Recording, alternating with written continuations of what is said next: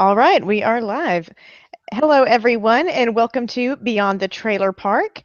Deb is out because she is doing a Patreon special with Bryce Blankenagel of the Naked Mormonism podcast, who was our guest last week. Also, we are having technical difficulties, so Tracy is not with us right now, but hopefully she'll be able to rejoin us soon. But Beth is here from Pennsylvania, so how are you doing, Beth? I'm doing quite well.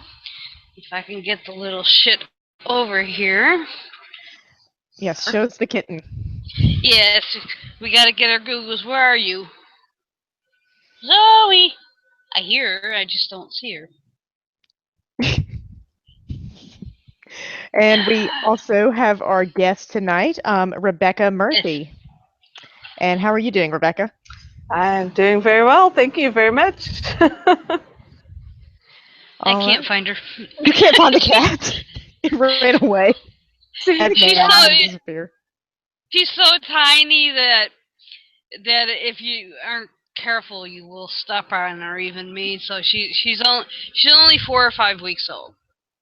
Got her from my landlord. The mother abandoned her. And there's a whole litter, but we don't know if they're the same litter. But the mom seemed to have abandoned this one. Well, my landlord has 2 dogs that run in the 200-pound range. Ooh.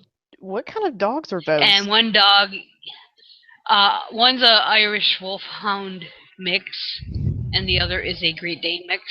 And the Wolfhound mix, almost comes to my shoulders. That's Dooley. But she was afraid the kitten would get killed, and I've always had cats. This is actually the first time I haven't had a cat since I moved into this apartment. I actually had to give mine up, and because they don't allow pets, because I live above a restaurant. This kitten to get hurt, and she said it would be good therapy for me, so... Aw. Well, Tracy is having sound issues, so she's going to depart. Yeah. I'm sad.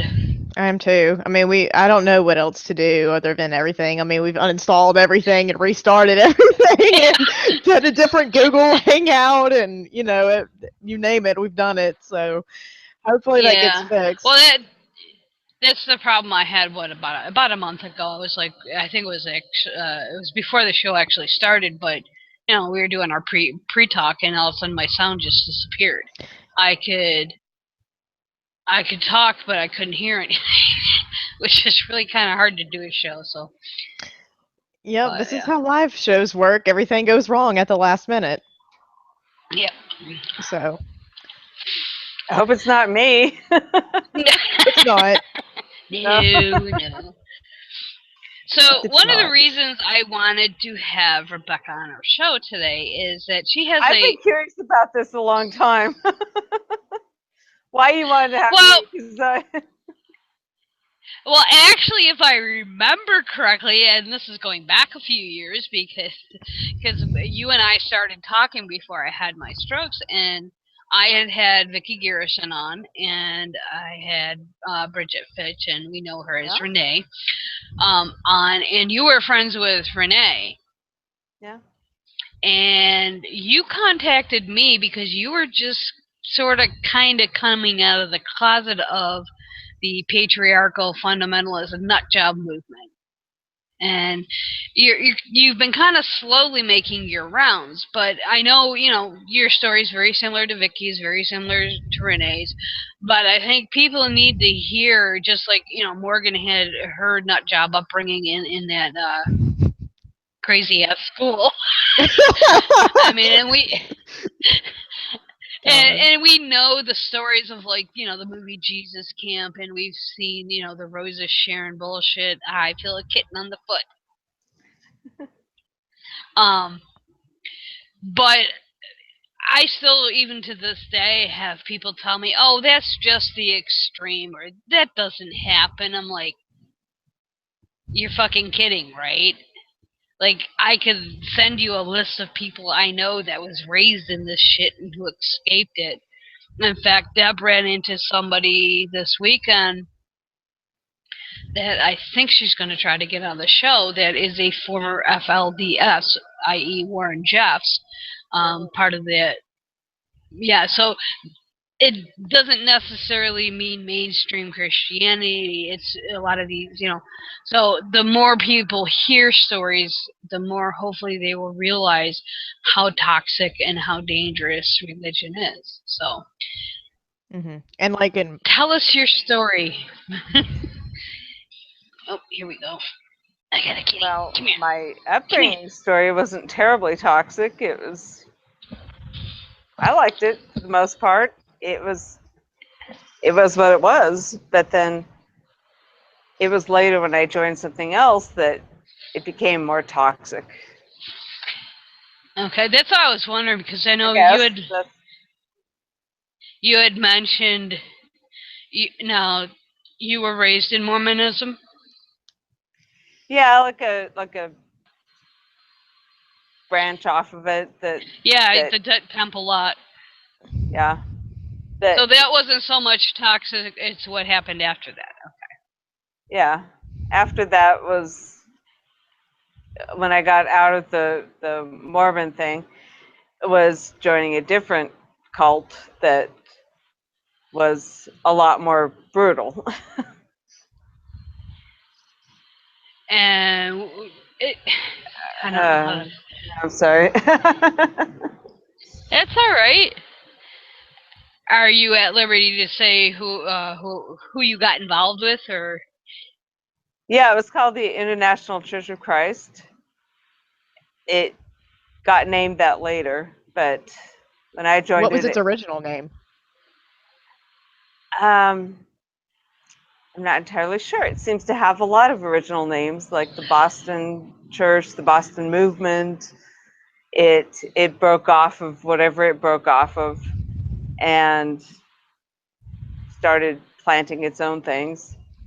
And when I joined it in 1991, it was the San Diego Church of Christ, because all the things were named after the city that you lived in. So in San Diego, it was called the San Diego Church of Christ. So, and Is this the Armstrong version? I don't think so. No. Okay. I don't know about Armstrong. Okay. There was another one that used a similar name, and I'm drawing a blank, but they were pretty wacky too. And this is the little one for those of you that don't have my Facebook. This is Zoe. No. So, say hi, Zoe. Okay, back to your She's story. like, I'm gonna look away.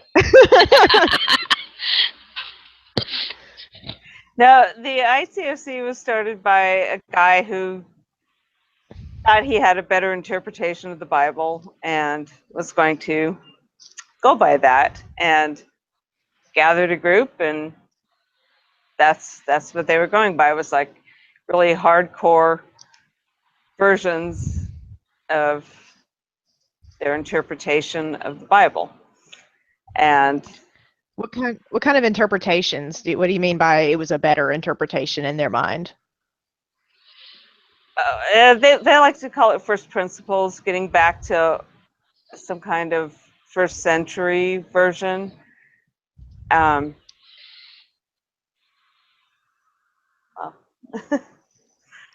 Where it's very patriarchal. It was very leadership down oriented, and very oppressive. And I mean, everybody's got their literal version. They had a literal version. They tried to support that. So would they go and do like Old Testament law, or was it more of a, this is my interpretation of the New Testament, like women shut up kind of thing? Or was it we follow Old and New Testament hardcore, like to the letter? kind of a little bit of both. There was a lot of certainly women shut up aspects. I'm a sucky guest. You guys want to kill this right now? Sorry. No, You're no, doing no. you're You're doing doing fine. fine. So what drew you to the International Church of Christ? Because I mean, and you say that you were brought up Mormon, but it was more of a branch. So I'm seeing that as sort of a more, I guess, moderate, in I guess a sense of a word, branch of Mormonism, to where it wasn't as hardcore. So what drew you to join the I think International so. Church of Christ? I left the Mormonism thing when my parents called me to told me that they didn't believe in it anymore, and when they didn't believe it anymore, I didn't believe it anymore. I was very young at that time, and then I was kind of adrift. Okay. God, And so how did you get introduced to it?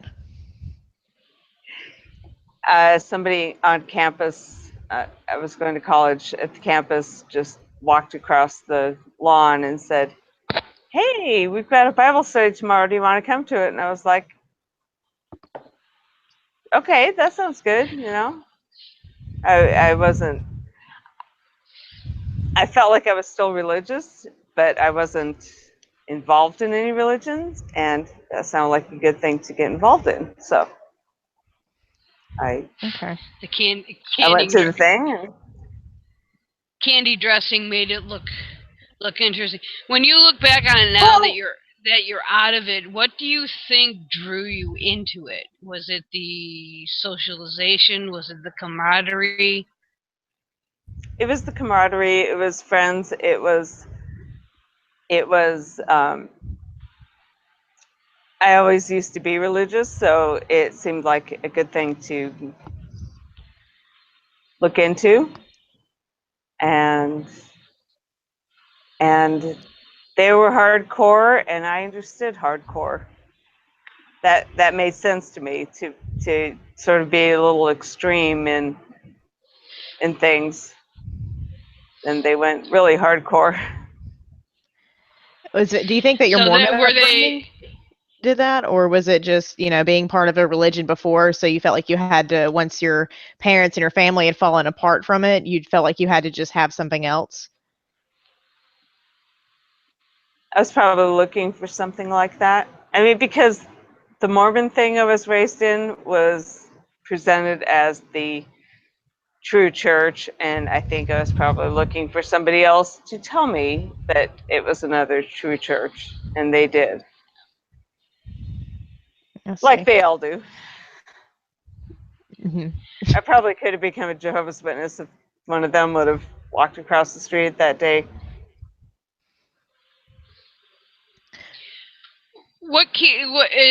As you look back on it, what keeps you out of it now?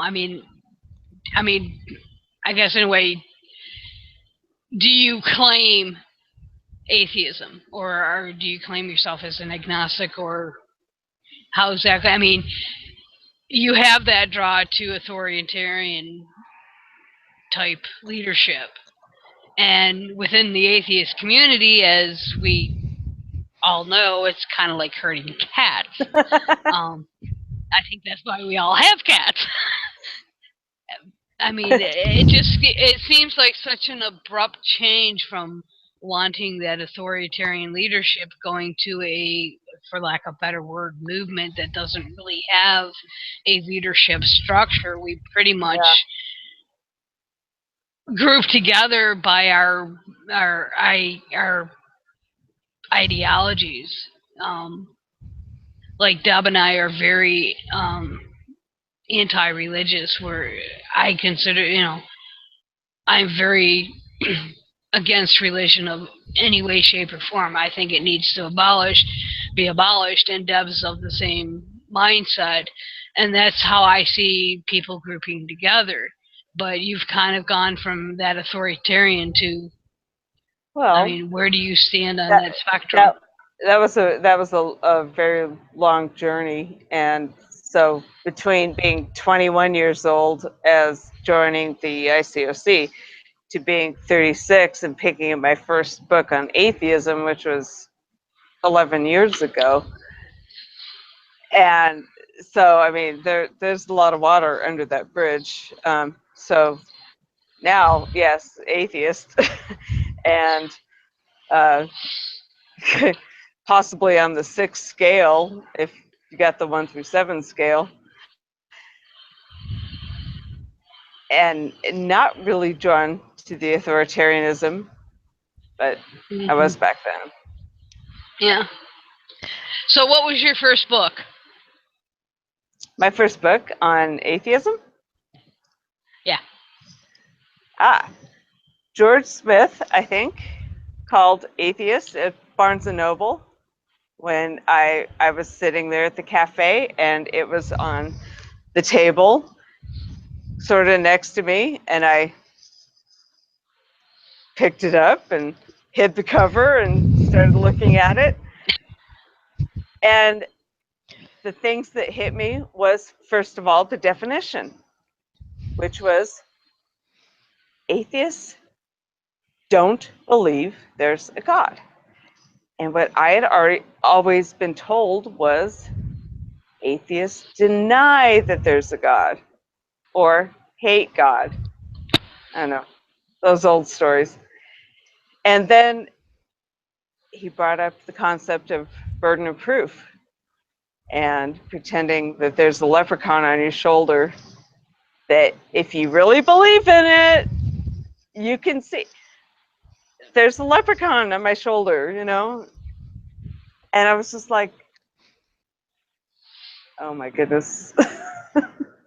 And then I discovered Julia Sweeney, and then I discovered Christopher Hitchens and a lot of other stuff.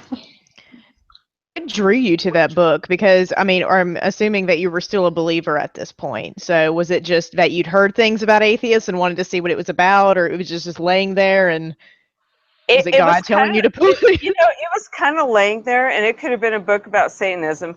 At that time, I wasn't really a believer, but I was kind of a pagan at the time. So I was kind of like, oh, there's a goddess, and I really like that idea. I really like that idea. I wanted to be a pagan more, you know. And but I was like, how do you know? How do you know? And when I saw that book, it was like, I just gotta look at it. I didn't even buy it. I just looked at it, you know. I just read a few chapters. So I'm interested in this. So did you go from International Church of Christ and then fall apart from that and then go into paganism? Because paganism, is not very patriarchal at all. That's like the opposite of patriarchal as far as I'm concerned, with the Mother Earth kind of worship and worship of goddesses and things like that. So how Well, did that happen? when I was in the International Church of Christ, they got really, really hardcore, and when I was 22, they kicked me out, and so I didn't have a church to go to. It was so hardcore that I really could not engage in anything else, and so I just kind of went adrift for almost 10 years. But I was listening to a lot of Tori Amos and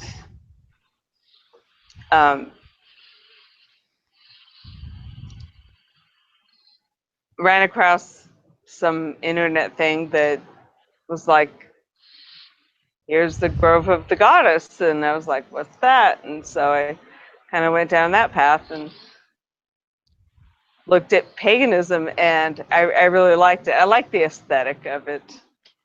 And I liked the sort of wishy-washy, and I know they would describe themselves that way, but for me, it was kind of like, oh, everything is very lovely,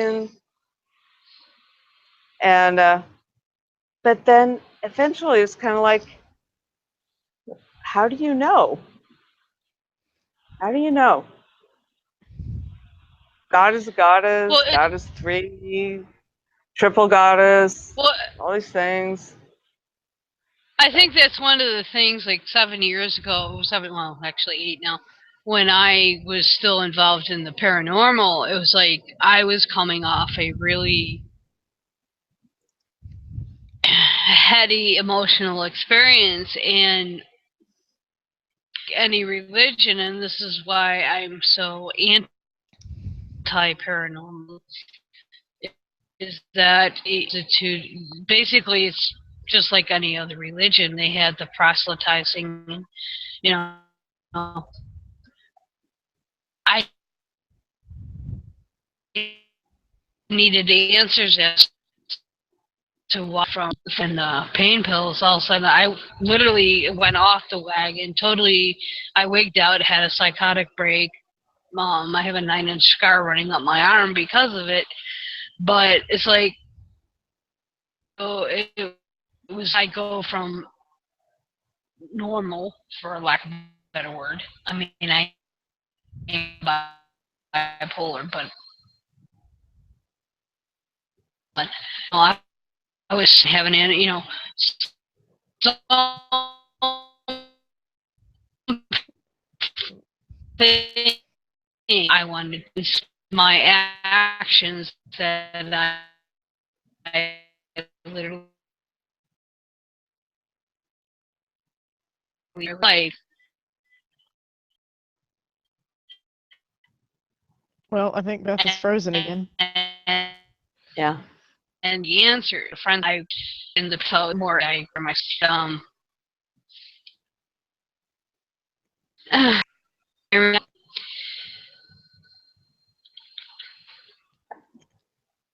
What? I don't want to interrupt.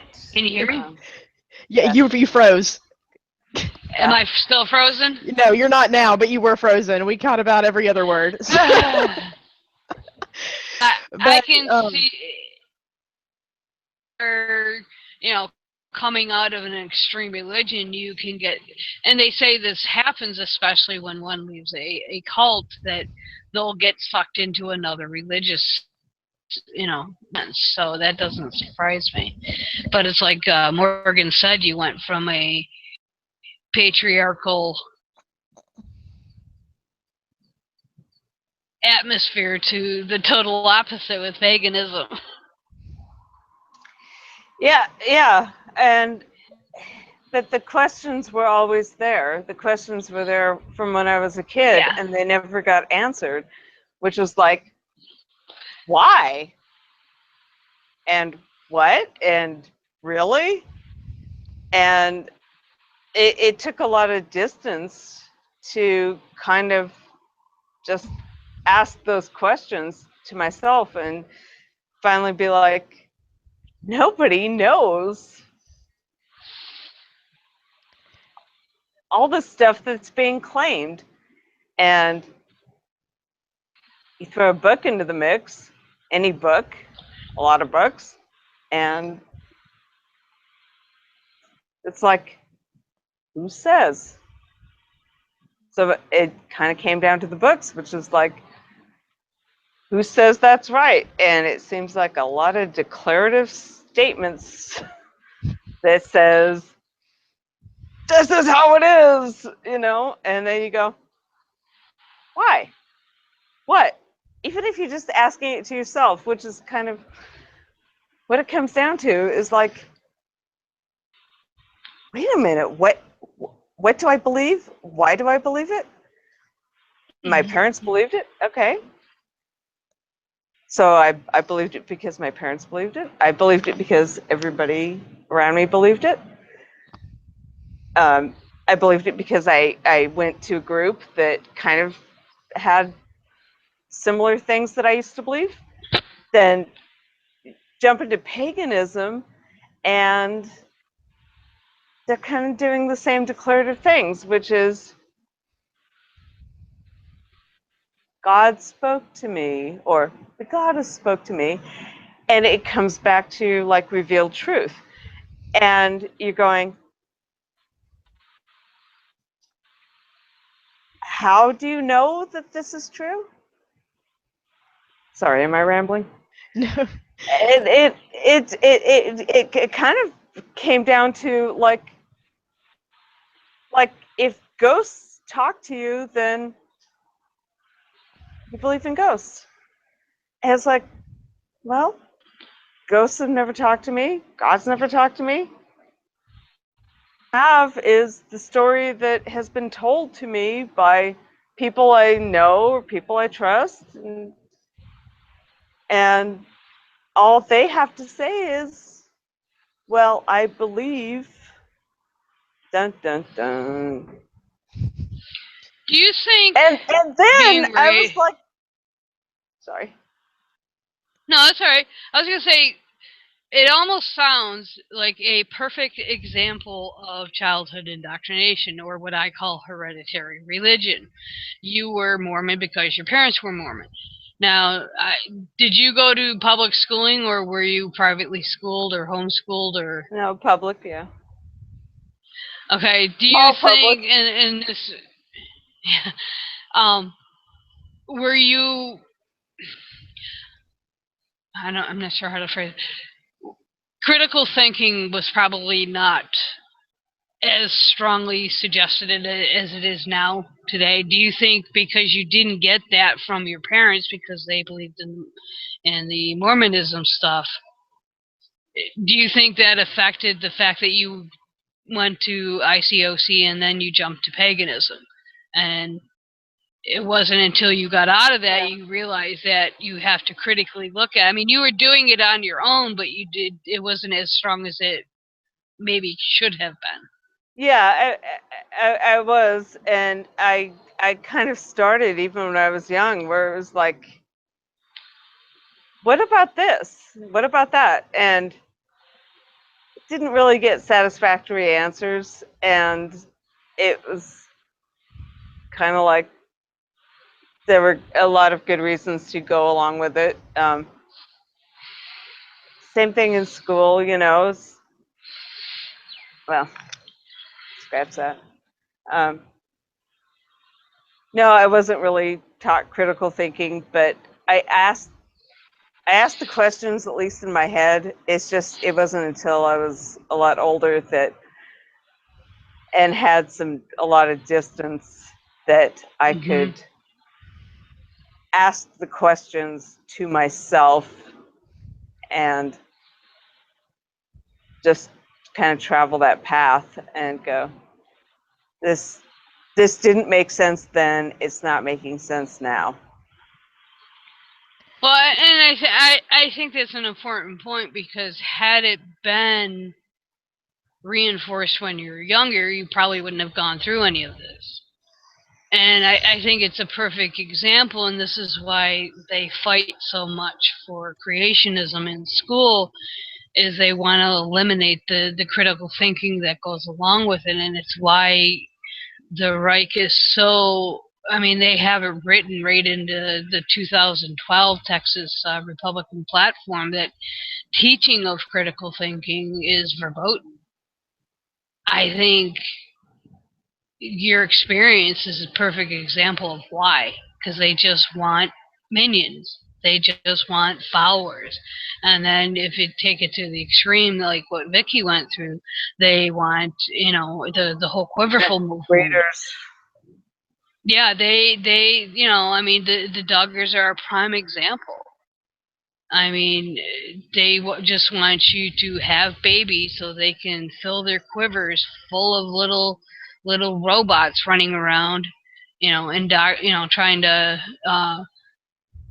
indoctrinate. Dan Courtney and Catherine Stewart have brought it to the fore with the quote good news clubs, and why they are so insistent on in the schools so they can have, and they target 5 and 6-year-old kids, little children. And there was one story, I don't know if it was Dan relating it or Catherine Stewart in one of the videos I've been watching, and basically this mother, it might have been Catherine's daughter, in fact, another playmate started proselytizing to, the daughter, and basically the daughter got upset. She's like, why this, why that? And that's their target. They want to eliminate that critical thinking. So Yeah, I think and it's important. That's why it's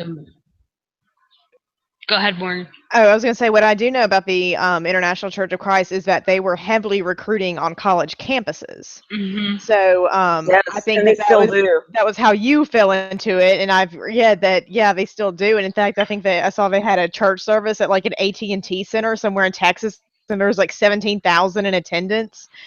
And yeah, so if they said that, it's probably a little augmented. They have a tendency to like to augment their numbers to make them look a little bigger.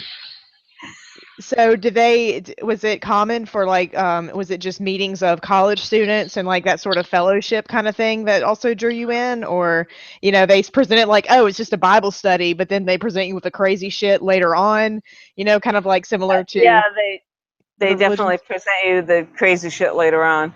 At the time, it was like clean cut, young kids, just loving Jesus, want to, we're a youth group kind of thing, and all happy clappy, and Something then just clicked. I gotta look it up real quick. So keep going. I get easily sidetracked. Oh, look, a squirrel. That's okay. Well, there was a case not too long ago to pull up, remember names, but I think it was the International Church of Christ. They're not related to IHOP in any way, are they? The International House of Pancakes? That's what I was going to ask. Oh, the International House of not Prayer. pancakes. Yeah. What's really funny that you say that is that they intentionally did that for that. So reason. they could get traffic to her website? But man, that's some sinister shit. Yeah, I'm gonna rename our podcast for Waffle House. Get more traffic. Yeah, but yeah, there was a like you were talking about the happy-go-lucky college campusing, and this individual, I can't remember the details. My brain's kind of fried on that, but they present on your college campuses, and in some cases your high school campuses, as this happy-go-lucky, and then it's not like until your fourth or fifth meeting they start getting into the crappy aspect of it. Yeah, I also just read something insane about that church. Apparently in 2013, they held a conference in Orlando where they broke the record for most lightsabers, as in from Star Wars, used in a lightsaber fight, and then they donated the lightsabers to orphans. So I was like, yeah, that sounds most definitely as if they're trying to target more younger people. And then I love how they give the orphans lightsabers instead of, homes or food. Yeah, they probably use all their well, nobody knows how they use their money, but so did they require tithing and things like that too? Oh yes, yep, yeah. They want to see your bank account statement to see how much money's coming in on the day you get in. So they demand that you see your bank, and I guess they don't do that on the front end. They do that later on, because I mean that would sound crazy to me if somebody was like, "Let me see your bank statement." Yeah. Like, no, you'll probably give me money if you did see my bank statement, but once you join, you're in, and you've already agreed to apply all the biblical aspects that they require, which includes tithing, which means we need to help hold you accountable. So, we need to see how much money you make so that we can calculate the check that you're going to give us every week. So, yes, it was absolute tithing. So is the church now? I'm thinking of, since they recruit with college students so heavily, and I'm thinking college students is not having that much money. Do they also have a good number of older people in the church, or do they go after more well-off college students? How do they sustain themselves if they seem to be just going after college students? They go after college students because that brings up numbers and they're easy targets. Not necessarily moneyed, but they certainly liked well-moneyed people, Oh, people money with people. jobs. One time we Why were does it at always come down to money? one time we were at a park, and in all honesty, we were looking to save some souls, so we invited some homeless people at that park to come to the church service that we were going to have at the park. And we were kind of told, "Nah, don't do that." Wow. And I was like, "Because what? We don't care about their souls?" And it was like, "Well, they probably want to get something off us." But isn't that what the church is supposed to do? Like, not care about that kind of stuff? Yeah. Well, They, that's well, in San what Diego, makes they the like people with jobs and income and, Mhm. I mean, it was, sharp people. They want people who are sharp. They want people who are like yuppie types and Yeah. college students. Because college students are easy targets, but Also makes the religion, I guess, look cool and attractive, and as if, oh, Well, all your friends are joining. yeah, they I like to think have a too. lot of young people. I think too when you say they're specifically targeting the college students is that if they're in college, they most likely either they have money themselves, or they are being funneled money through mom and dad. In my case, my parents, for both my brother and I, paid for our first 4 years of college. Anything after that was our responsibility. Considering I went to 8 years of undergraduate, no degree, so you can tell how well of a college student I was. You know, so my first 4 years, yeah, I had money, or I had access to, and I think what they're doing, and I think a couple of episodes of CSI and Law and Order have actually broached this topic where, you know, they cat is scratching my legs. Um, they try to get you to, keep asking mom and dad for money to funnel their, and this is what kills me, is it always seems to come down to money with these, we'll say cultic like sects, that are offshoots of a different denomination. It always seems to come down to that whole aspect of we need money. And there's always strings attached to whatever outreach they may do, such as the homeless. I mean, there's a lot of stories in the news where, um, in order to, you go to a homeless shelter, food pantry for food, and, well, okay, we'll give you food, but we have to pray with you first. And this is one of the big pushes from the right, is that they want to privatize our social welfare and social safety net programs. You do that when they're putting these contingencies on getting help.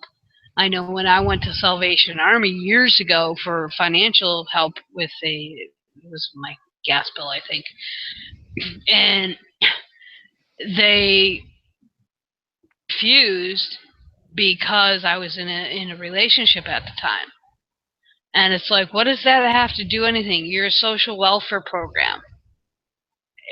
I mean, Yeah. no. It's like, yeah, it seems that, they target them for target the students for, outward appearances, but yet they put conditions. Once they have you in, they start putting the conditions and becoming very authoritarian. and their control. The case I was thinking of, it dealt with Michael Moore, and Micah was actually International House of Prayer. It wasn't ICOC. But, I mean, basically he was a college student who got into this, college campus evangelical recruiting, and he basically, in some regards, in some people's mind, formed his own little cult of personality and became very manipulative of his people. But that's what I was thinking of when you'd mentioned about the college students, going around, and that's what he did, exactly the same thing, except he went to the extreme. I think in some ways the college students were easy prey, and also young, fresh faces to populate the group. But they also targeted, anybody, because evangelism was huge. So it was door knocking, it was talking to anybody that, works in a retail establishment. And it was also coworkers and anybody so it's kind of like if you've got, you got a job or you've got, so, you kind of spread that way. But, maybe a little, preferably if they're not homeless and poor. How is it They more didn't like? really care so much about that. I see. How is it? How is it very authoritarian? Because what you're describing to me sounds like almost every other church where they teach you to evangelize, at least the Protestant denomination, where it's like annoy your neighbors and tell them about Jesus as if they haven't heard about him and live in the United States of America somehow.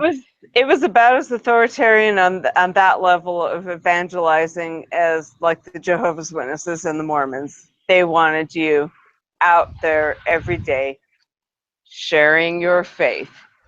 So that was huge. So, and it was also a pyramid scheme of discipleship, which I don't know if you're familiar with that, where you have a mentor that's like a little step above you, and they have a mentor above them, and it all comes down to who's sharing the faith, who's getting, are you talking to people?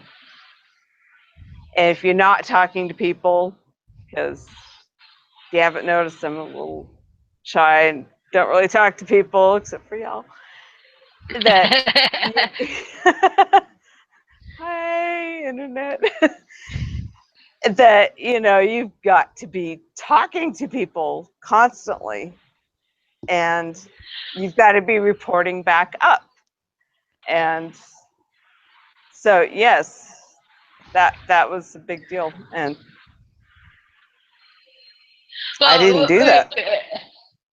I want to pick on you for a second. I share my faith about atheism more than I ever shared it about them.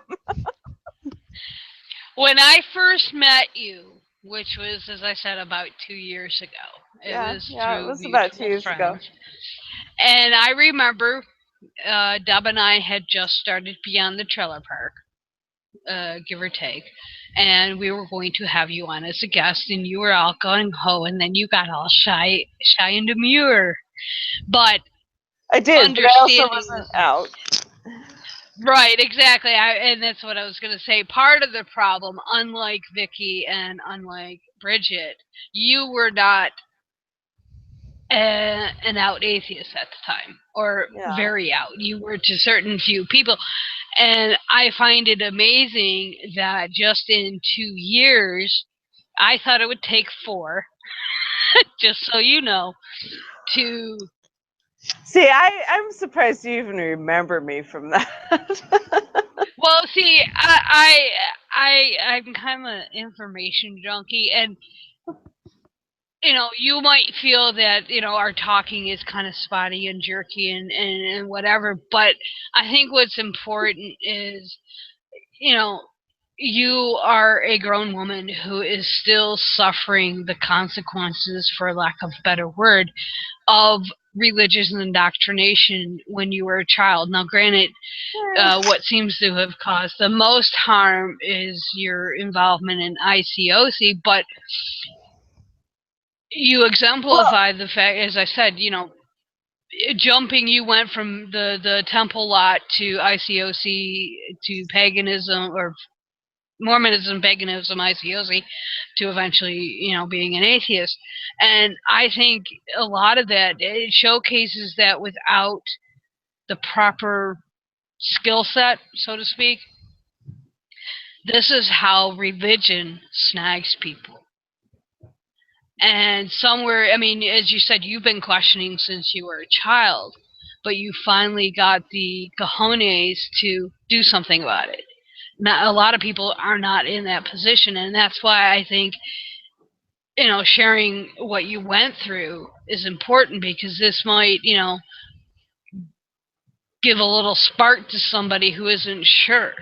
I remember when Vyckie Garrison first started speaking about her and the backlash she took. So it's amazing to see the change in you in 2 years.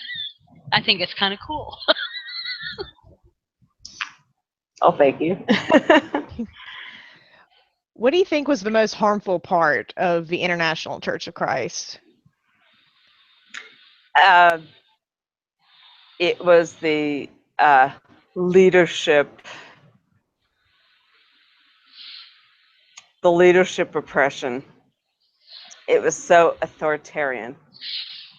But only from a biblical sense, of course. So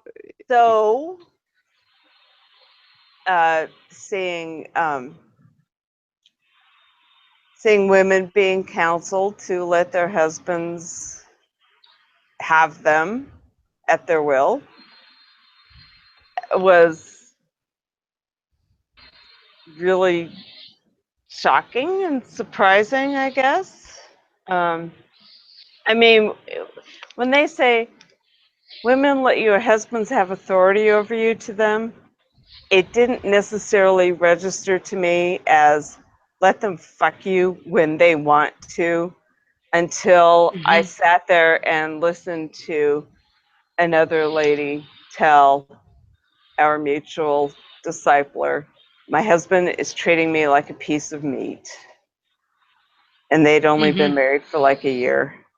And having the discipler, the above person, saying, well, I don't really know what to say except just you have to submit to your husband. Was that a moment when it started to click, sort of, or it take a little bit longer? It took a little bit longer, but that moment just has never left me. That was in 1992, and so here we are 25 years later, and I'm still going, holy shit. And that seems to be a common theme with, Brigid went through the same thing, Vyckie went through the same thing. I'm pretty sure there other women within the quiverful patriarchy movement, that when they got out, that was the one thing that was so subjugation and submission of women to their husband.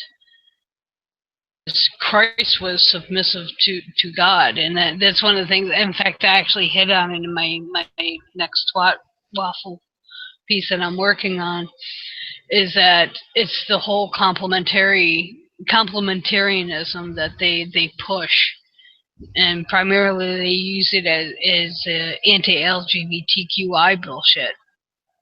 God made them male and female, and females are supposed to be submissive to the male. to the point that marital rape Yeah, is it's okay. okay. And the thing is that they would also say, but you're not supposed to be a doormat. But they would never explain the difference between a doormat and. How can you not be a doormat when marital rape's fine? Would they try to do that sort of to present themselves as, oh, this is a, I'm wondering if they did that to present themselves as, oh, this is a religion that's empowering, while at the same time giving these terrible, terrible messages that can be reconciled? I don't think so. I think they were just. I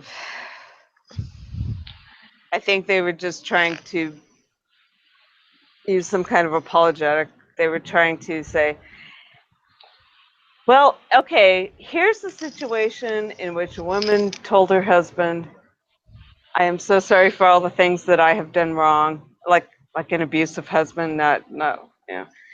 Mm. And then he would see the light and go, I am so sorry.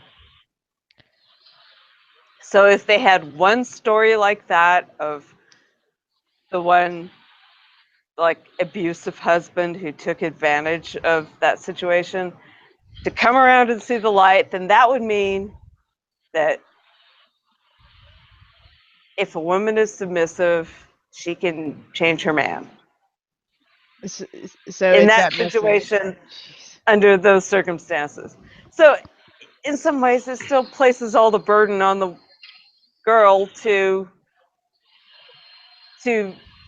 be so submissive and humble that she can turn him into Prince Charming. I mean, I wasn't Well, in that situation, but I've heard that story. You know, it's the. yeah. I mean, it's the other stories that are more horrific than. I didn't really have a bad story except they kicked me out. But Why did they do that? best thing ever happened to me. Oh, why did they kick me out? Yes. Because I did not call my discipler every day, and I did not share my faith every day. That was it? Man, if they did that in the Baptist church, like nobody would be Baptist. They did that in any church. Yeah, seriously. I really didn't know how serious that was when I signed up.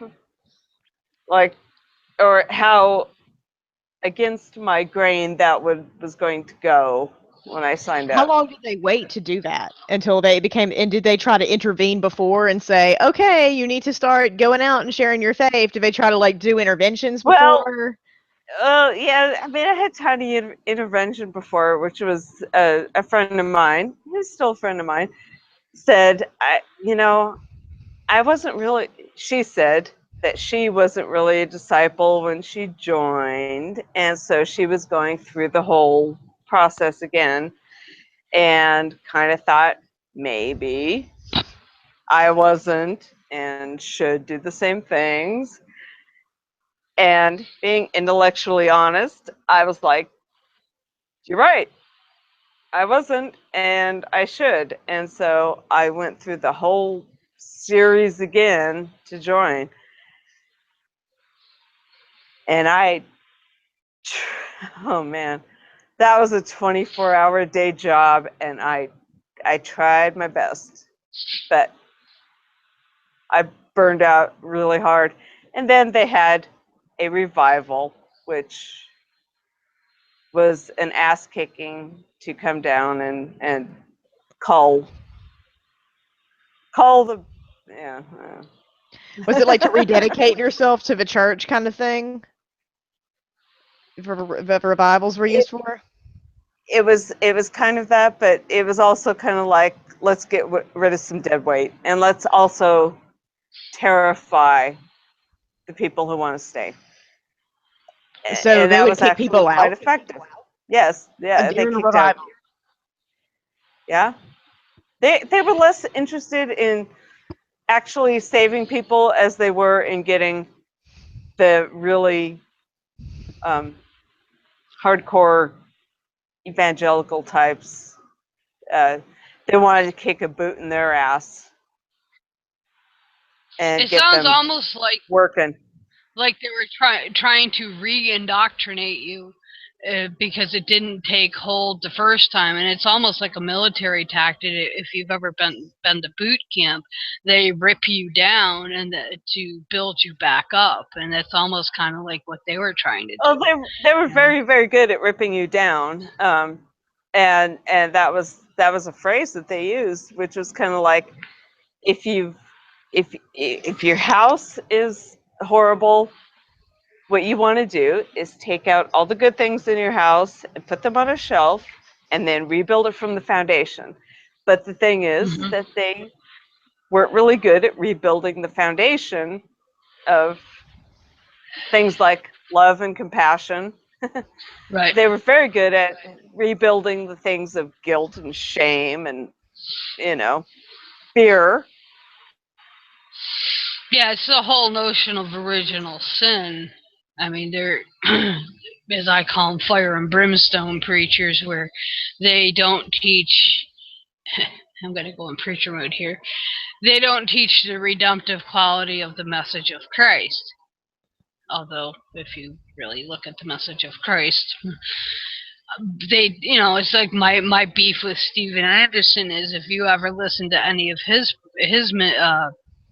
sermons, very rare does he preach from the New Testament. He preaches about all the bad shit in the Old Testament. Yeah. How God was a wrathful God, and he's trying to tear his flock down to scare them to accept his authority and it sounds they're doing the exact same thing, and that's exactly what Scientology does too. I mean, all your very authority. Go ahead. Well, it was really surprising because the Mormon version that I grew up in was very, very lean and calm on the concept of, say, hell. Mm-hmm. It was Right. kind of like, you're going to have another chance to accept Jesus. But when I got into that version, it was like, if you put one toe out of line, somebody told me, if you die with an unconfessed sin, you are going to hell, even if you are in with this group, in with everything, and you only have one unconfessed sin, like you get hit by a car on your way to church. That's kind of how core they saw it as. Mm-hmm. And I got the legalism of it. At the same time, they said, we're not legalistic, we're spiritual. But they were so legalistic. So is it They were like so, they told everyone? I guess it was a relationship with Christ, not a religion type of thing, or? well, they like to present that message. But they were as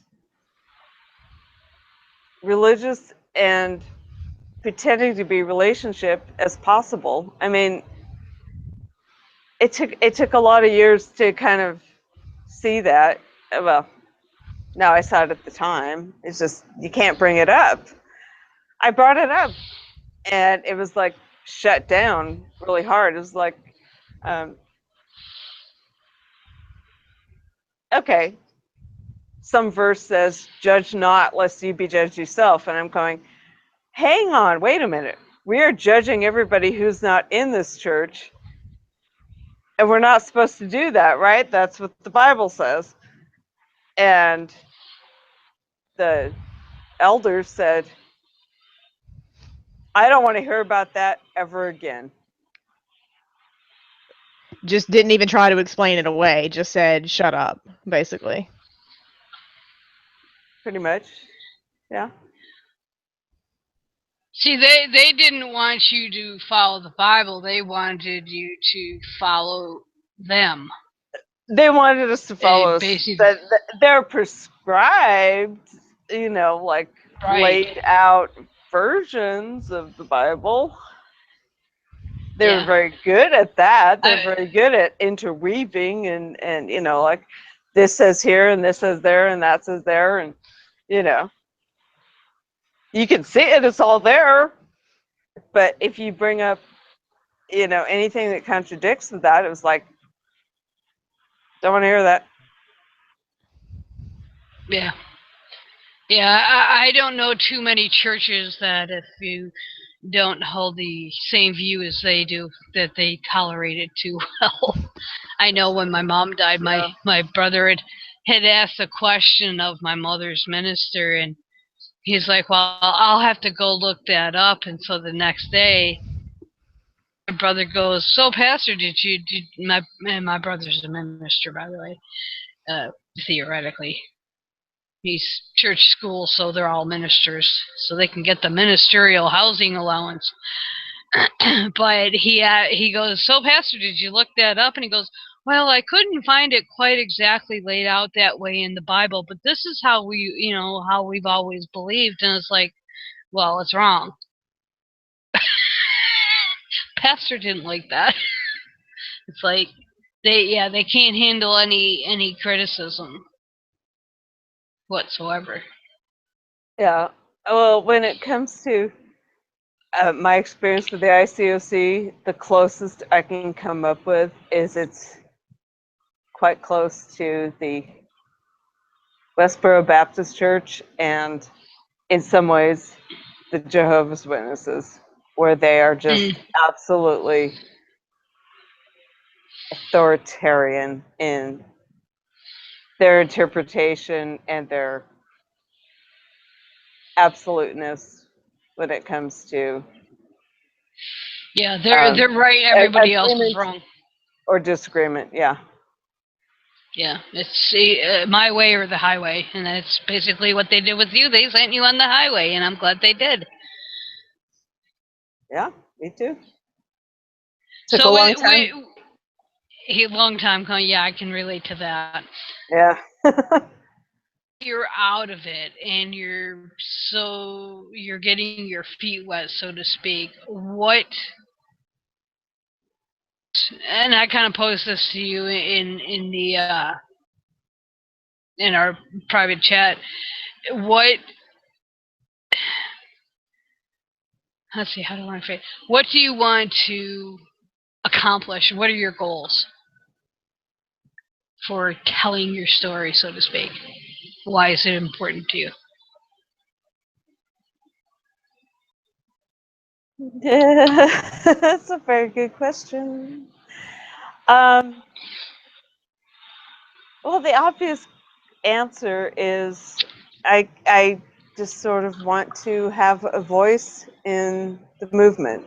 I don't have a blog, I don't have a book, and I don't have a YouTube channel, and I don't put it on Facebook.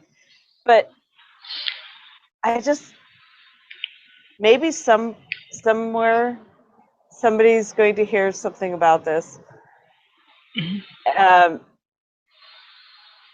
It's another deconstruction story to add to the pot. It's another story of deep indoctrination to add to it. In some ways, it's just to have a conversation with you to say, we had these things. You were on the path to becoming a minister. I never thought I'd become an atheist. It was the last thing in my mind. Just kind of happened. And yeah, kind of, how did that happen? Why did that happen? Yeah. Well, I think, like you said, the more experiences we get out there, and if you want to say, oh, the more negative experiences coming from a critic, the better, because people have to realize that religion does cause harm. I mean, we see it every day. If I went from my upbringing to atheists, I wouldn't have a story of harm. Hmm. I went from my upbringing, which was just fairly benign and good, and I didn't have a problem with it. I was bored with the sermons, but beyond that, I was like pretty much on board for life. Yeah. But I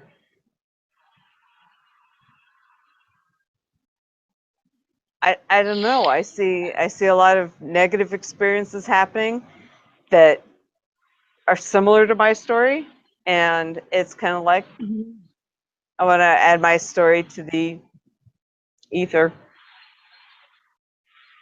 Well, I think it's important because, I mean, if you think about it, Garrison was really one of the first ones that I can remember. I mean, from personal, her story being, everybody was like, wow. But then you have more and more people that, in a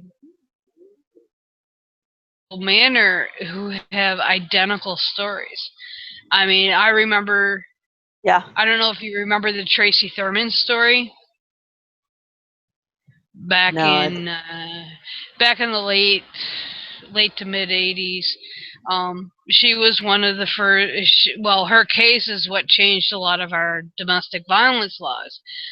And even though there weren't any religious overtones or obvious religious overtones, how her case was handled with the whole patriarchal view of marriage where women is property, etc., her case changed how we approach domestic violence. And then, you didn't hear anything. Like, I didn't hear anything for, I'm not saying they didn't occur, but they weren't as, they didn't make the popular press, I guess is the way to put it. Or there weren't Like, podcasts to talk about it. yeah. Well, yeah, it was pre-internet, but then you look at somebody like Vyckie's story and her experiences, and it, she just went gangbusters. I mean, everybody, and I'm guilty of it too. I've had Vyckie on, I think, 2 or 3 shows, and then you have Brigid, and then you have yourself, and I know there's many other women who have been in this movement. I used to watch the Doggers, 19 Kids and Counting, and I actually stopped watching it when I realized, it was, I think, the 3rd episode, or 3rd season, and I think it was before Vyckie came out, and I'm like, these guys are religious Fruit Loops. And, I did not want my viewership in watching the commercial, sponsoring the show, because it was just like, I mean, the indoctrination was so absolute and so obvious after it dawned on me. But the more stories that get out there, the better. I mean, Morgan's story of going to French camp. I mean, most people talking to her, I mean, wouldn't even realize it, that she went through that. Look at, See, they that's did. the story Yeah. I want to hear. Okay, so when I was a sophomore in high school, I was not doing well at my public school. My public school was honestly a failing school, like so many are down here in Mississippi. And so my dad wanted to send me to private school, and also my stepmom sort of gave an ultimatum: it's her or me. So off I went, and so yeah, I got sent to this school, and they branded themselves as a Christian school, and they made me sign a contract when I was 14 years old. Now I'm in law school now, so I know better, but I didn't then. And they said, if you don't sign this, you will go somewhere worse. And then whenever I said I wanted to leave or anything like that, oh, you signed a contract. You agreed to be here. You chose to be here. Yep. You know what? And yeah. It sounds like saying the Pledge of Allegiance at 6 years old and you don't know what the words mean. It was, and I was scared, and I'd heard of a place that was worse, and there was a place that they would send me if, say, I got kicked out. It was called the Lighthouse, and it was even worse because you literally had to wear dresses that went to your ankles and work in a field. If that's where I would have gone had I gotten kicked out of French camp. Now, French camp already, they made me work on quilts and things like that, so I knew how to quilt, handmade, and they would sell at auction for like thousands of dollars, and I would get none of the money. Hey, were you Amish? No, they were this certain sect of Presbyterian, but they were so crazy. The main Presbyterians like split off from them because they were too conservative for a Presbyterian church. You know, when you dig deep down into the more conservative, the more froom, as I've read it in Orthodox Judaism, like the more religious you get, it's like it just gets more crazy. It does, and I At had to some take point, Christian you just go, worldview, where I was taught creationism and apologetics and taught that was thinking critically. So it was worse than not even being taught critical thinking. It was being taught you're a critical thinker, but how you think is bullshit. Yeah. but then how you thought kind of dug you out. Well, what happened was they called me. They thought I was going to be like the next great apologist, even though they weren't like really down with educated women, I guess, and that sort of thing. They thought that I was different. I was smarter. I was going to go on and be like the next, I guess, Cindy Mayer.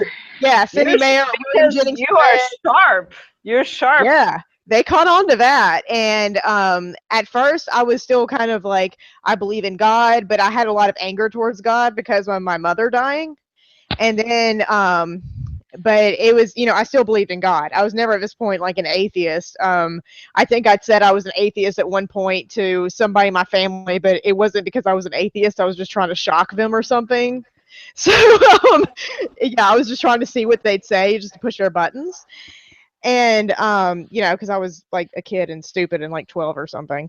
But yeah, but I still believe in God very much. And then I sort of started buying into. Oh, you done froze. It was all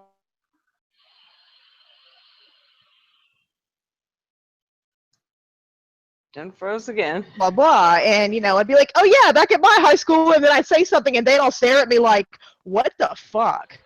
Like, that's not normal. And I thought that it was, because I was so used to it, I thought that kind of thing was normal, like the things I was taught and the things I experienced. And and then I realized, oh, wait a second, what happened to me wasn't just weird, because I would make jokes about it, how terrible it was or whatever, but then I realized how harmful it was, and then I started evaluating, like, do I really know anything? And that's when I sort of just changed my mind on a variety of things, religion being one of them. And I became, went through the whole, okay, well, I believe there's some kind of God out there, and if you're a good Muslim, you go to heaven. If you're a good Jew, you go to heaven. And, sort of not into quite paganism, but into the sort of, we're all one and we're all united and part of the earth and all that, That's bullshit. paganism. basically, yeah. And then I sort of fell into the agnostic stage where it was like I was kind of afraid to say the word atheist because especially down here in Mississippi, that is a bad word. Like you are not an atheist. You are anything else but an atheist. It's bad enough if you're not Baptist, but you better especially not be a fucking atheist. And so, yeah, and I finally was like, everything is bullshit, and I came out with like a flamethrower, and I was like, fuck this school, fuck religion, and those people lost their minds so much that somebody from that school, I used to be a co-host of a No Religion Required podcast, and my first guest spot on there, I told my entire story. Someone downloaded the file, and I have very, very strong suspicions this is somebody from French camp from the context of a story that's been relayed to me by my dad. And so I'm not sure who it was. He would not tell me. Probably because he didn't want me to like go at them and be like, what the fuck, man? So they downloaded the episode, sent it to my father. who had no idea I was an atheist, had no idea I was bisexual, had no idea about anything. And they told him, pray that bad things happen to her so she comes back to Jesus. Oh, you know what?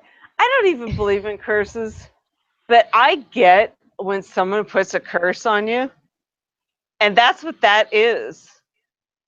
It's Yeah, just basically. it is like they're saying they might as well be praying to Satan to curse you. And that's exactly right. Okay. And then they're the people who say that witchcraft is bad and using God for your own ends is bad, but yet they're willing to, I guess, further their agenda because it's for the kingdom of heaven or whatever. So it's cool to pray that terrible, awful things happen to me. And I remember my dad sat down and my dad told me, I'm praying for you. And I'm still trying to pretend I'm somewhat of a Christian at this point. He knew I didn't go to church or anything, but I was like, well, Daddy, that's all we can do is just pray for each other. And and then he just looked at me and was like, so I know you're an atheist, and I felt so fucking stupid. I was like, really? He let me go on? He just let me go on about all we can do is pray for each other and everything. Sitting there and he was like, and then he was like, yeah, I know you're an atheist. You can stop the bullshit. I'm waiting for that from my dad because I know he has to know. And I'm not going to. I mean, my dad's 89 years old. My cousin, when my mom passed, they found me through my blog, and I'm very outspoken on my blog. It's very anti-religious and very very atheist. And she had posted on one of my posts. I still have it, but it's obviously the comments are hidden. And so I'm pretty sure she told my dad. I'm like almost 95% positive she told my dad. But after I got sick, my dad said, well, I'll pray for you. And I'm like, yeah. And he had asked me, he goes, well, I notice you always leave on Saturdays because if I go up to visit, I make sure that I'm not there on a Sunday or Wednesday or Thursday. Although he's not real big on the weekly stuff, and he goes, "Are you avoiding church?" And luckily, I had the pat answer of, "Well, I don't like your minister," which is true. I do not like him. So I haven't had the guts, I guess, to say to my dad, well, Dad, no, I'm an atheist now. I have been for 20 years plus. And yeah, I can relate to that part. Yeah, I'm just but the waiting for thing Dad to that, say, well, I know you're an atheist. yeah. Yeah, and I was waiting for the next sentence to be out of his mouth because I'm already somewhat estranged. I was ready for the next sentence out of his mouth to be, I'm done with you. And that's what I thought was going to happen. I thought he was going to be like, yes, I hope bad things happen to you. Yes, I hope it's happening to you. And goes, yeah, I'm not going to do any of that crazy nonsense because you're my daughter and I love you no matter what. And he was like, I don't agree with you or, what did he call it? My lifestyle, which, I roll. Yeah. But yeah, whatever that means. So apparently I eat babies, I guess, but whatever. So yeah, he was like, but I'm not going to pray that bad things happen to you. Like that's, that was completely nut bonkers to him. So yeah, but he, somebody sent him that hoping that bad things would happen to me as a result. And I was just like, man, like, what would Jesus think about that, man? You trying to, like, turn my family against me. Mm-hmm. Yeah, I haven't had that extreme, but it just kills me, especially with a lot of the, for lack of a better word, newer Christianity. They see absolutely nothing wrong with intercessory prayer or wishing harm on people that fall away from the church or don't believe in. Um,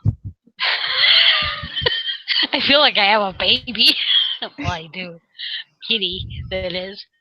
But yeah, I just think it's bizarre, and it's like places like French camp where you went, and the ICOC, and a lot of your newer patriarchal or coverful movements are that way too. It's like, how can you disown a child? I mean, I know it happens. I've seen it happens. I have friends who have been disowned by their family. I mean, my first girlfriend literally was thrown out at 15 because she was lesbian. Bigwood preacher at the time, and it's like, her parents threw her out. I mean, she was, I guess you could call it shunning, but you see all the shunning that goes on inside Scientology. You see it in the Mormon Church. You see it in JWs. It's crazy. I just don't understand it. They think that if you create your super network of friends and call them family, and then you get really deep into them and they kick you out, that you will do anything to claw your way back. Mm-hmm. It'll jump, and then you ask how high. It does not happen. Yeah, and I wonder, some people think that I'm an atheist just because French camp, how they treated me, and I love the line, well, those aren't real Christians, which I'm sure that you have heard as well about the ICOC, those weren't real Christians. Yeah. These, those were... My poor mom thinks that the Mormon thing that she raised me in was somehow detrimental because I'm not a Christian, I'm not religious. And it's like, no, it's not that. The ICOC was the harmful thing. The Mormon thing was utterly benign in comparison. It's not that. But what it is that neither one of them could answer some of the basic questions at the beginning, which was kind of like, well, why couldn't God forgive Satan? He's all powerful. I mean, maybe that's a stupid question, but that was an 8-year-old question. It's kind of like, well, what if he said he was sorry? Not saying he did, but I don't know. Yeah, and that's where, I kind of was, when I was younger, I was naturally inquisitive, and I would get in trouble for asking the same questions. I'll never forget when I went to a sane, quote unquote, sane Christian school back in elementary school. Our teacher told us that animals didn't go to heaven. And I asked her how she knew that. And then she said, how do it's you in know? the Bible. And then I said, where is it in the Bible? And she couldn't tell me. And I was like, well, if you can't tell me where it's in the Bible, then I don't believe you. And I got in trouble for asking questions. And that's what I learned. Don't ask questions. Keep that to yourself. And then eventually, after the whole French camp thing, it just became so much where I was like, you know what? And after studying so many different religions, I was like, it's all bullshit. And it is. They keep you from asking questions. They tell you what to think, and I'm not going to tolerate that anymore. And I think it just came to that point where it was like, it's all nonsense, and they don't have the answers, and it's just do what I say. And yes, it's all declarative statements at the end of the day. It's a declarative statement with no backup, no reasoning, no logic behind it, no science. It's just, well, it says blah blah blah. I have a book. That's it. We have books too. But yeah, it's just absolutely nuts. When you think about like how they avoid the questioning, how they act so cult-like, and then did they do the similar thing to you? So once you got kicked out, did you get kind of shunned by the friends you had made in that church? Well, yeah, when I got kicked out, the only person who was allowed to talk to me from that church was my husband, because they kept him. And so, it was like a year and a half of cutting off ties and you're only with these people, and then it became we kick you out, and my family's a long ways away, and any friends I had made in that time were it,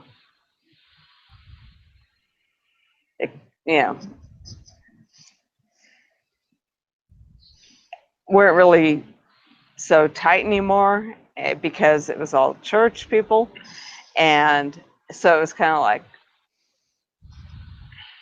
they used that social aspect to try to do that. But what they didn't know was that I'm an introvert and being alone is the best thing that could happen to me. Yeah, that shunning is not the best thing to do to an introvert, because we're basically like, well, fuck it, people don't want to have anything to do with me, fine by me. I'll just go hide in my little I hole. know, yeah. I'm go to movies like by myself. I always used to joke about my dad when I was younger. My dad would ground me for whatever reason, and it was like, yeah, great thing to do, Dad. Ground me to my room. I have my TV, I have my ham radio, I have my shortwave radio, my chemistry set, all my books, my models. Yeah. I'm happy as a clam in my room, unless you put a See, hockey stick I in my know. hand. I used to get sent to the corner with a book. A corner with a book? Are you kidding? Is this even punishment? Go to your room and read a book. It's like, Yeah, I wasn't much of a reader when I was younger, but I just always thought it was funny because, they, as far as I've never actually gone through a church sanctioned shunning, so to speak, but it's like with some people that's working towards one of their strengths, and you do that to somebody that's a thinker, they're going to come up with all these kind of questions that you're not going to be able to answer. And I wish I would have known that like, at the time. Yeah. I wish I would have known that at the time. Is it painful? Yeah. Yeah. It's painful for everybody in your group to say, get the fuck out. That is painful. And it is painful for them to all turn their backs and say, we agree with this decision. But San Diego's fairly laid back, so at some point, like the people who actually like me just, kind of like, because, damn, my husband was still in it, and so, they kind of like, hey, let's, hang out. But I mean, I took it very seriously. They took it very seriously. It was, it sucked. Meh. Yeah, I was never really introverted. I'm always more of an extroverted person, kind of. I mean, I do have social anxiety though, so that's a winning combination, being an extrovert with social anxiety somehow. But yeah, like I didn't have very many friends because I was, more of a withdrawn sort of nerdy type. So yeah, I can definitely relate to the whole like go to your room and it's like all my books are here. Like like I don't have any friends. Where are you grounding me from? Like what is this? But it's interesting because people from French camp, it's not like it wasn't like a formal shunning because I mean I think there's some somehow that don't know I'm an atheist, but I'm sure all the faculty are aware because I was supposed to be Miss Apologist, right? And now I went to Ole Miss and I'm going to be a lawyer. And then when they found out I wanted to go to law school, they thought I was going to be working for like the Freedom Council or whatever the fuck. And yeah. And now I'm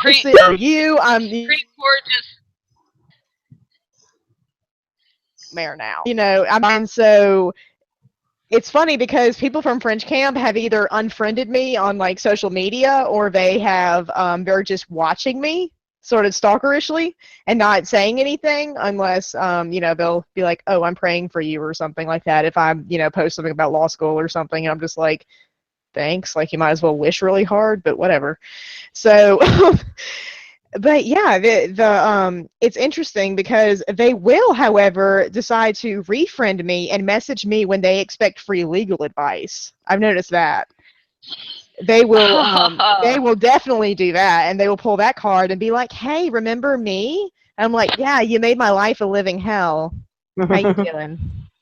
And like, "Oh, weird. You never talked to me. You talked to me like maybe twice in my entire life, and now you want free legal advice for your pathetic divorce because you got married when you were 19 because you wanted to be a quiverful so bad. Like, get out of here." But yeah, exactly. So it wasn't like a formal shunning, but it was sort of a don't be seen hanging out or being too closely associated with this woman kind of thing.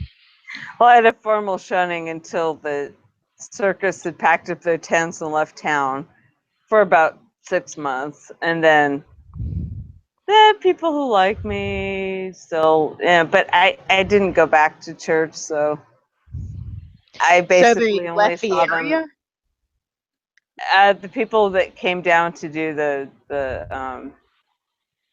revival, yeah, left the area, but they left a wake that kind of did this, and then eventually it was kind of like,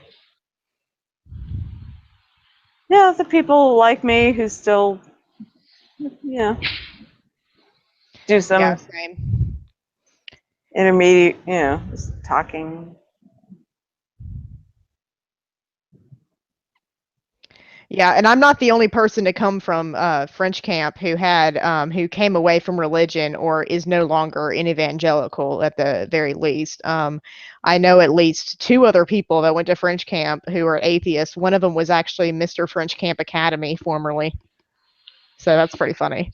But yeah, he was a year above me. And he actually happens to now live in the same town I do. His family was from French camp though, because how they had it was district students would go to school and then they would get to go home at the end of the day. It was like a normal private school. Me, on the other hand, I got to stay in the dorms where I was going to get told, if I didn't wear a dress that covered my knees, I would send a man to hell every 5 minutes. Stuff like that. Real healthy for a teenager. What's wrong with Not so me? much. It'll Why cause does mental everybody I have know, to lust. right? decide? My God, there's an ankle. I know. Yeah, Let's attack it. I just always thought that was funny, like with dress. There's this one meme that was floating around. Well, it's not really a meme, but it, some girl was kicked out of one of her proms or something because the dress didn't go to her knees, and there's one, like you said, ankles. It's like it's a knee and an ankle. How is that going to cause a man to lust? And what's that saying about the man? I know that like you're lusting after like a 13-year-old or like a 16-year-old and you're like a grown ass adult. Like that makes me wonder about you more than it makes me wonder about any kind of whatever the hell they could be wearing. Yeah, I mean Were they that's the like that in whole the thing. ICOC? Like watch what you wear and all that kind of stuff? Uh, yeah, but in San Diego, it was more about like super short shorts. Mm, It was not no, like yeah. And that's what it was not the purity standards of, say, your average Pentecostal. San Diego's kind of. and that's what kind of kills me about as you said, the purity standards. You look at all the different religions within Christianity, all the denominations, and not one denomination has the same standards as another one. Or even in the same region, like she was saying, in San Diego, they're more laid Yeah, back. So even in different yeah. regions, it varies. Because I'm sure Baptists in, like up north are far more lenient than, ones in like Alabama or something. Oh yeah, for sure. I used to Yes. be associated with a Baptist church up in New York, and it was like uh, they were actually for Baptists. They were actually, well, for being up north, they were actually pretty strict. But it was like you go down south. There was a church I was associated with out in Tennessee, and it was like night and day. They thought, the church I was associated up in New York was sacrilegious. It just kills me. I mean, they can't even get their basic doctrine of what you can wear, what you can't wear. You know, they can't even get that straight. Yeah, they can't really get much straight. You think if there was the Bible was true, it would be very clear about things, and everybody would follow the same doctrine. But well, let's forget about what you wear. Let's just, is there one God, or is it three, or is baptism required or not? And, I mean, we're not going to work this out, but there's no agreement. There's no agreement. That's just within Christianity. And when you grow up in Christianity and you don't even contemplate that, well, these other people think all these other things, and you're like going, how do they not know that they're wrong? And then you go, we're wrong. We're wrong, they're wrong, everybody's wrong. Hey. Yeah, but they all claim to know the truth. So that was one thing that always killed me, is they all say, we know the real version. So specific. They get so specific on it.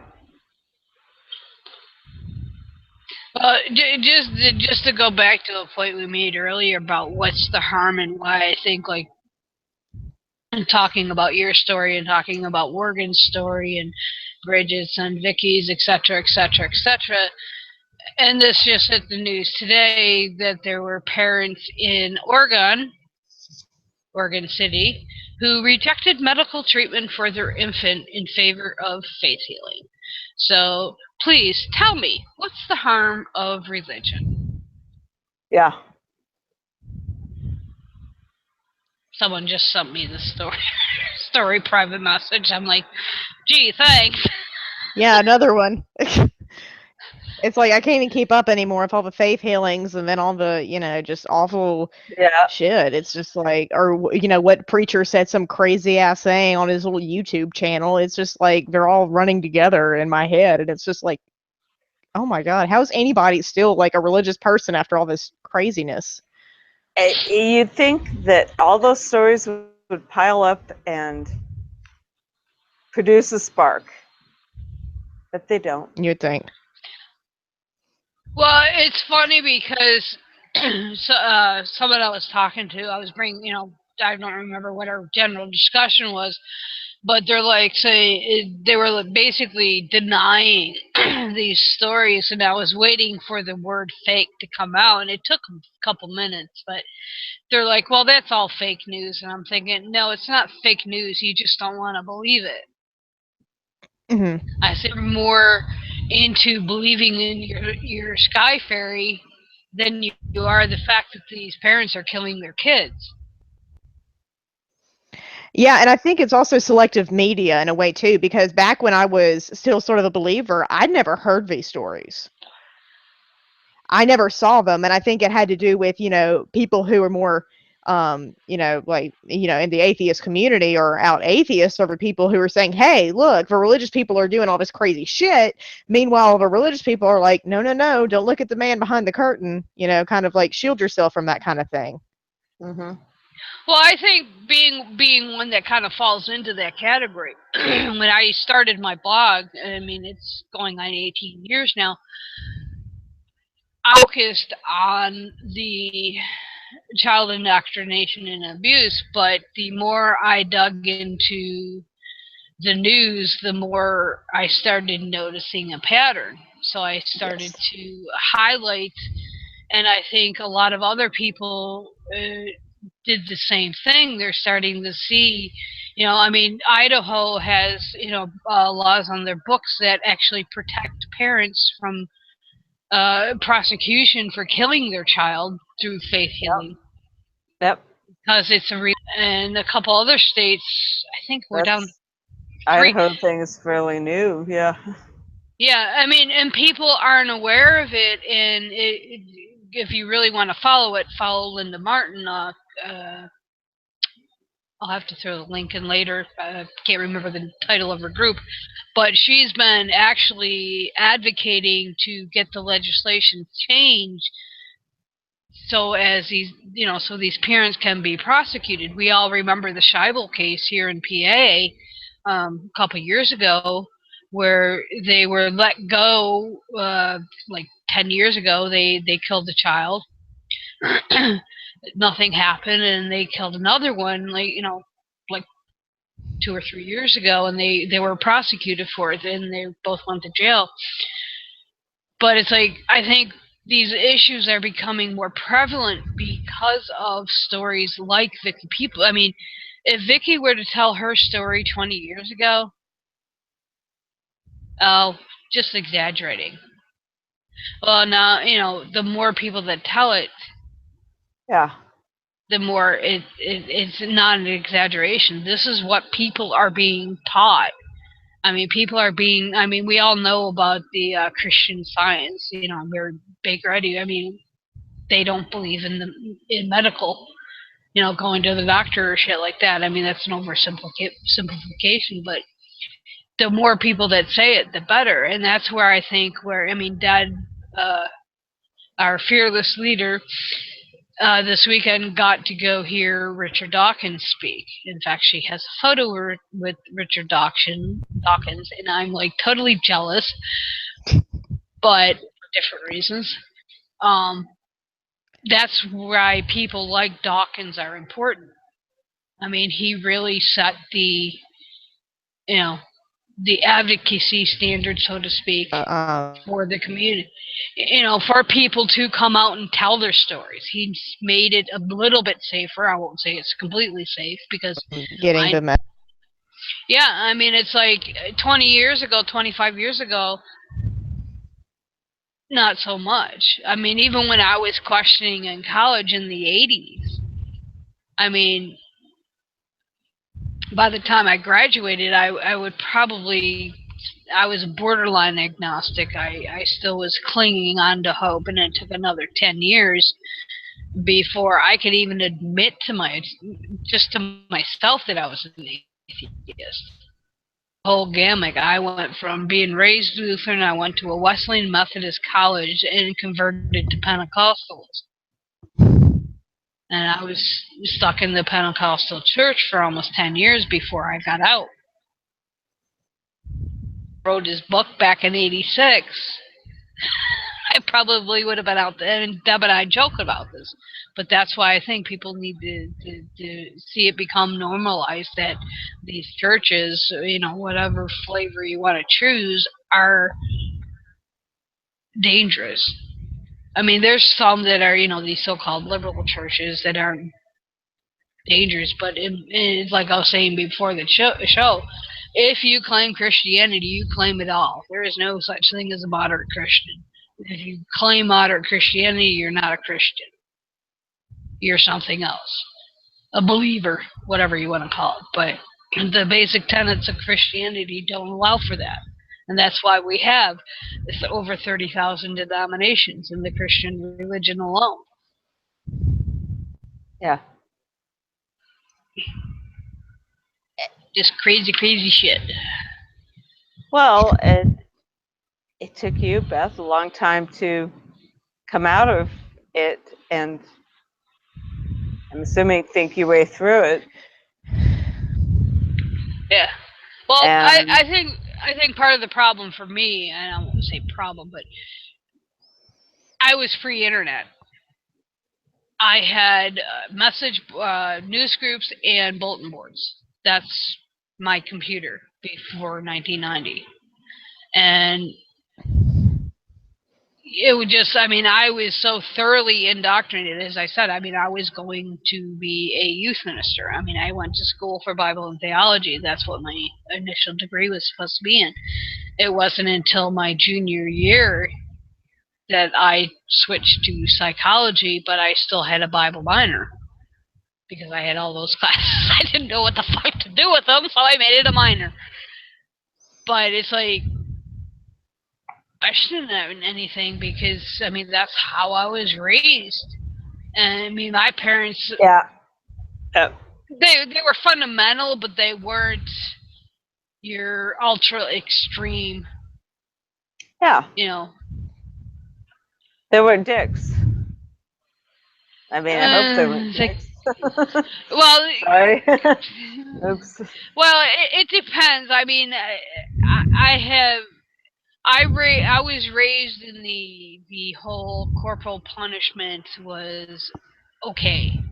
So I got my ass whipped, sometimes deserved, but it was that type of train up the whole train up a child. The Pearl method was very popular back in the 70s. It's popular in French But camp today. oh, it still is. I mean, now there's different versions. In fact, it is. Last I checked, I think they have another new book coming out. But yeah, I mean, that's what I was raised in. So was it something that I think my parents did intentionally because of the religious belief? No, I think it just went with the whole mentality. It wasn't, as I said, they were fundamentalists, but and evangelical, but they were not what we would call extreme, like Westboro or like French camp. Like we have Jesus camp. I mean, yeah, I went to a Bible study group when I was a kid. It was through, I can't even remember, I want to say Esther Circle, but that's not right. But, there was a lot of religious connotations to everything I did growing up, but it wasn't the overt indoctrination you get at something like Jesus camp that you see now. It was more subtle. Oh, subtle can. I think subtle's more dangerous. Subtle can, just worm its way in. It makes sense at the time. Mm-hmm. Well, it makes sense at the time, and because it's so benign, people don't realize the damage that it can cause. I mean, yeah. Case in point, I mean, like I'll use my mom as an example. The church that I grew up in, my mother attended as a child. She had been going to that church for over 70 years. All because of loyalty to the church, to the ministry. It's like, seriously? I said, you didn't. I mean, we went to other churches when we were on vacation and stuff, but it was always compared to our church. Yes, it always is. I mean, I think in 1 week at college, I went to 5 different churches. I used to, for lack of a better word, love church hopping. I would go to whatever church I could find. I would go to just to see what how it was different. But I mean, I know people that have gone to the same, like my mom, the same church for 70 fucking years. My dad's going on 50 at the same church. I mean, that just blows my mind.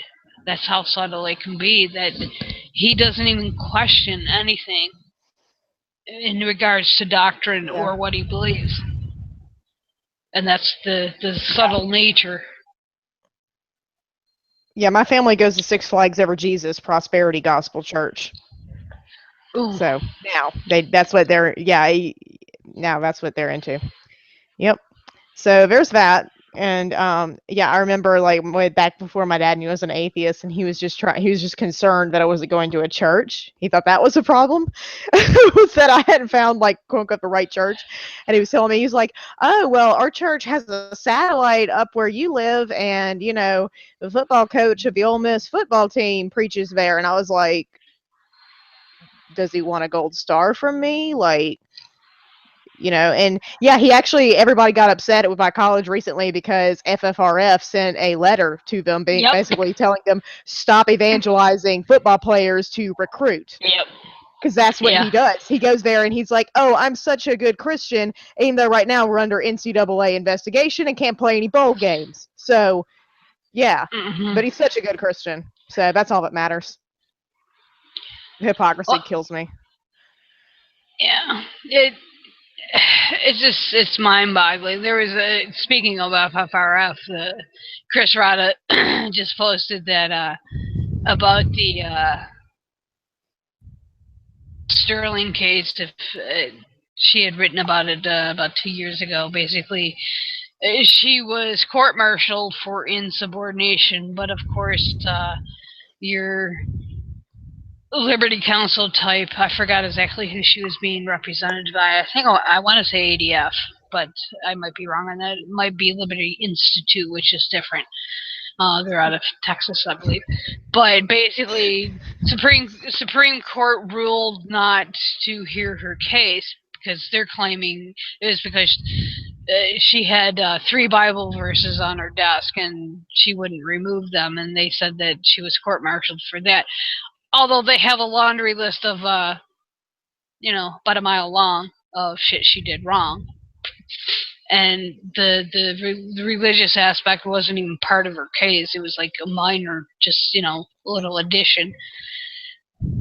And just recently she posted a piece of hate mail that Mikey Weinstein received after he posted about it. It's like, and you call yourself a Christian? How?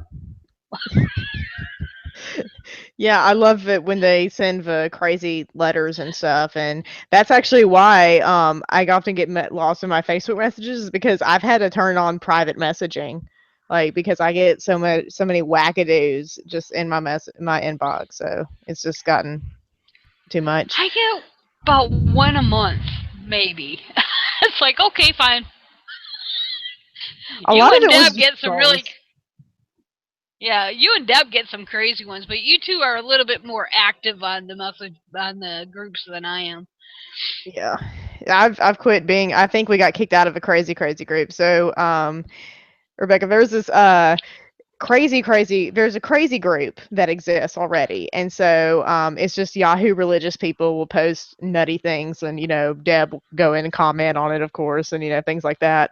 But then there was a crazy group that was full of a bunch of Trump supporters and just like nut job people. I mean, like out there conspiracy theories and just you name it. And I think we all got kicked out of that one. Oh, I should go check see if I. No, I think you I did. I haven't think we all posted did. in. Yeah, I haven't posted in the crazy group in a while. But yeah, I usually of course I go after the ones that post against homosexuality because I just find it funny. But yeah, it just and this is why it's important. People, I mean, this stuff needs to come to light. People need to know what's going on in these fucking churches. It's not all happy-go-lucky bullshit like some people, profess. Yeah. Yes, that does happen. That does happen, and I'm not saying it doesn't. I was a Yeah. member of a liberal church before I went Pentecostal, and I know people that are in liberal churches that that are open to gay marriage, and uh, they don't support abortion per se, but they understand they're pro-choice. It's the woman's choice. They don't but they're not the problem per se. It's the more extreme, and the people like Steven Anderson and Kevin Swanson and that are preaching, or Theodore Schubert's another one that I love to pick on, that are preaching that gays and lesbians should be executed, transgenders are mentally ill, that kind of shit. That needs to stop. I Yeah, and mean, the authoritarian, like your husband gets to rape you kind of thing that, you're talking about yeah. earlier, like that shit needs to be exposed because they draw you in with the candy coated, oh, it's just a Bible study and you get to be of all these cool colleges. That's why we're talking.